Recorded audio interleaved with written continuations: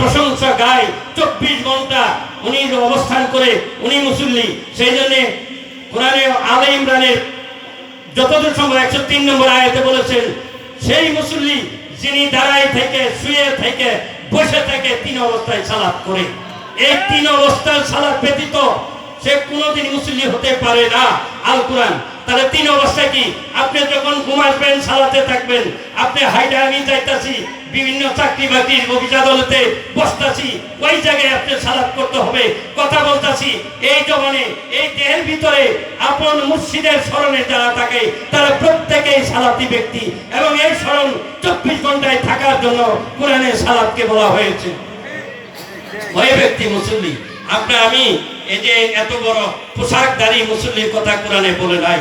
এইভাবে একজন ব্যক্তি, মানুষ যখন 24 ঘন্টায় সালাতে রত থাকবে, ওই ব্যক্তির আল্লাহ প্রমোশন দিয়ে মুত্তাকিন বানাবে। এই জন্য সূরা বাকারার 2 নম্বর আয়াতে বলছে, 1 নম্বর আয়াতে বলেছেন আলিফ লাম মিম জালিকাল কিতাবু লা রাইবা ফি হুদাল লিল মুত্তাকিন। ওই ব্যক্তি যিনি মুসল্লি হয়েছেন, যিনি 24 ঘন্টা প্রেসক্রিপশন জানেন, যিনি 24 ঘন্টা সালাতে থাকে, ওই ব্যক্তিরা কিতাব জ্ঞানের অধিকারী হয়ে গেল। এবং আলিফ লাম মিম এই অর্থ এখানে আমি বলছি না, কেউ যদি জানতে চায় আমি অন্যভাবে জানাবো। ওই ব্যক্তি মুত্তাকিন, এবং মুত্তাকিন যারা হয় তারা প্রত্যেকেই কিতাব জ্ঞানের অধিকারী। কিতাব মানে কোরআন না, এই কথাটা আপনাদের বলছি। কিতাব মানে কোরআন না, কিতাব মানে মৌলিক রহস্য, আল্লাহর যে রহস্য যে দেহের ভিতরে ধারণ করে, ওই জ্ঞানকে বলা হয় কিতাব জ্ঞান। কোরআনের পবিত্র কোরআন শরীফে 5টা নাম আছে: কোরআনুল করিম, কোরআনুল হাকিম, কোরআনুল মাজিদ, কোরআনুল মুবিন, কোরআনুল আজিম। এই 5টা নাম কোরআন শরীফে আছে। এতগুলি নামের কোরআন শরীফে নাই। এই ফুরকান মানে কোরআন না, ফুরকান শব্দের অর্থ পার্থক্য জ্ঞান যার হচ্ছে, ওই ব্যক্তি মানুষটা ফুরকান। যখন একজন ব্যক্তি মানে কিতাব জ্ঞানের অধিকারী হবে, আল্লাহ প্রমোশন দিয়ে তাকে মুমিন বানাবে। সূরা মুমিনুনের 1 নম্বর আয়াতে বলেছেন কাদ আফলাহাল মুমিনুন, নিশ্চয়ই যারা মুমিন হয়েছে আমি তাদেরকে মুক্তি দান করেছি। ওই মুক্তিপ্রাপ্ত ব্যক্তি কখনো জান্নাত এবং জাহান্নামের ভয়ও পায় না, জান্নাতের সুখ সুবিধাও খুঁজে না। কারণ আল্লাহ বলেছেন কুল্লু শাইইন ইলা আসলি, আমি প্রত্যেকে আমার দিকে আমি ধাবিত করে নেই। কাজেই আমরা তরিকতে যারা এসেছি, সমস্ত বিষয়টাই আমাদের কোরআনের বিষয়। আমরা অত্যন্ত ভাগ্যবান ব্যক্তি, পৃথিবীর শ্রেষ্ঠতম ভাগ্যবান ব্যক্তি। আমাদের এই তরিকার মধ্য দিয়ে আমরা মুমিনত্ব লাভ করব, এমনই একটা দয়ালের কাছে আমরা গেছি এই বিদ্যা শিক্ষার জন্য। আমাদের কোনো সওয়াবের দরকার নাই। কি বলেন আপনারা? এখন আপনারা যদি বলি এত কিছু আমরা দিলাম, সওয়াব কয়টা হয়েছে কেউ বলতে পারবেন? এখন আমি যে ব্যাখ্যাটা দিলাম, আপনি বলেন তো আপনি কোথায় আছেন?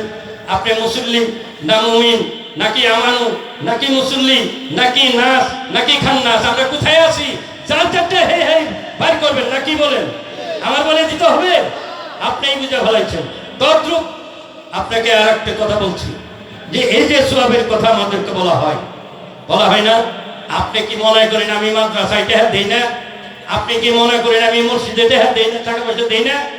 আপনি কি মনে করেন ওয়াজ মাহফিলে টাকা দেই না? কিন্তু বিশ্বাস করেন, যারাই আমার কাছে নিয়ে আসতে চায় ওদেরকে বলি আপনি জানেন না সওয়াব কি, তাই আপনি আমাকে বলছেন আগা কাতারে গেলে 10 গুণ সওয়াব। এই সমস্ত মিথ্যা আমাকে বলবেন না, কারণ আপনার কয়টা সওয়াব হয়েছে আপনি জানবেন? আপনি তো জানেন না। আপনি এই জায়গায় দিলেন 30 গুণ, আরো কিছু দিলেন 70 গুণ, আরো কিছু দিলেন 200 গুণ, আরো কিছু দিলেন 500 গুণ। আপনি কি কোনোদিন জিজ্ঞাসা করছেন আর কি দিলে কত গুণ হলে আমি মুক্তি পাবো? কেউ বলে দিতে পারবে না। পারবে? কিন্তু আপনি পারবেন। আপনার কয়টা সওয়াব হয়েছে আপনি বললেই আপনি পাবেন এক্ষুনি। এটা হইল কোরআন। কোরআনের গবেষণা হয়তো সেইটা। সওয়াব শব্দের অর্থ আত্মার উন্নতি, আত্মার উন্নতি। আমার সওয়াব তো অন্য দিলে হবো না, আমার আত্মার উন্নতি করতে হবে। এই যে সপ্ত ইন্দ্রিয় দ্বারা একজন ব্যক্তি মানুষ খুব হলে 5টা অন্যায় করে, অন্যায়ের সঙ্গে জড়িত আছে। কেউ গাঁজা খায়, কেউ মদ খায়, কেউ নারীবাজি করে, কেউ সুদের ব্যবসা করে না? যা যা কোরআনে হারাম আছে, এক একটা বিষয় বুঝার পরে ও তওবা করে যদি বাতিল করে মৃত্যুর আগ দিন পর্যন্ত সুদ যদি না খায়, ওই ব্যক্তির একটা সওয়াব হইল ওইটাও বাতিল করব, ওই ব্যক্তির আর এক সওয়াব। এইভাবে দেহের ভিতরে যে 5টা অন্যায় রয়েছে ওই ব্যক্তি মানুষ 5টাই বাতিল করবে, তার পা থেকে মাথা পর্যন্ত সমস্ত দেহ সওয়াব হয়ে গেছে। আল্লাহুম্মা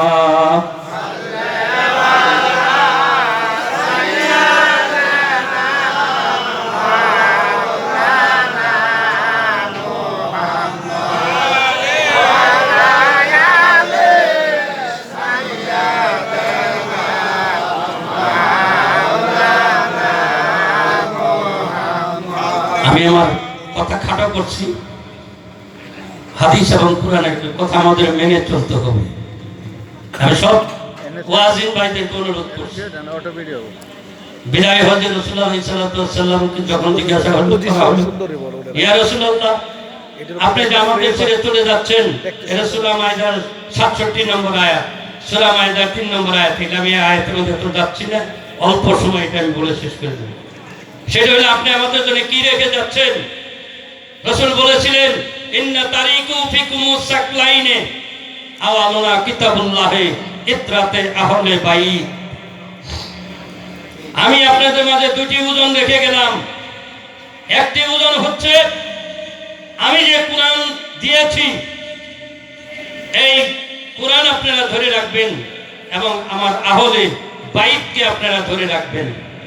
যারা কোরআন শুধু কোরআনকে ধরে রাখে, অন্য একটা হাদিসে আমি হাদিস ওইভাবে করি নাই, বলছে যারা শুধু কোরআন ধরে তারা মুশরিক, যারা শুধু আহলে বাইতকে ধরে রাখে তারা জিন্দেক, যারা কোরআন এবং আহলে বাইতকে ধরে রাখে তারা ঈমানদার।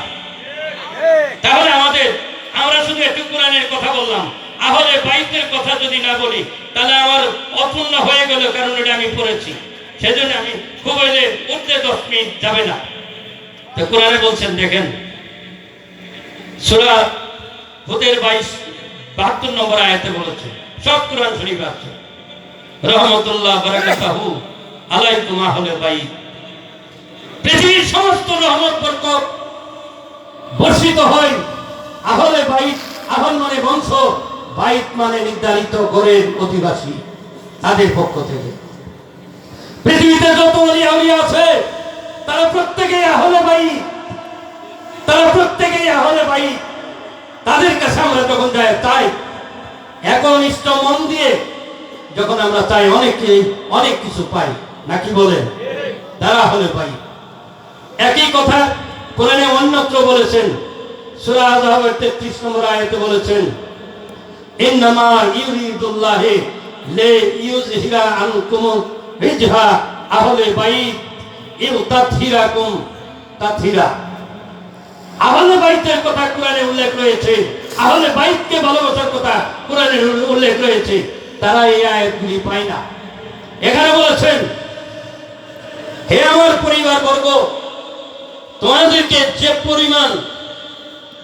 পরিমাণ পবিত্রতার কথা, পবিত্র করার হক রয়েছে, সমস্ত পবিত্রতা তোমাদেরকে দান করা হয়েছে আহলে বাইতকে। আমরা যারা বায়াত করছি আহলে বাইতের কথা বলছি, ওই ধারা চলমান প্রক্রিয়া রয়েছে।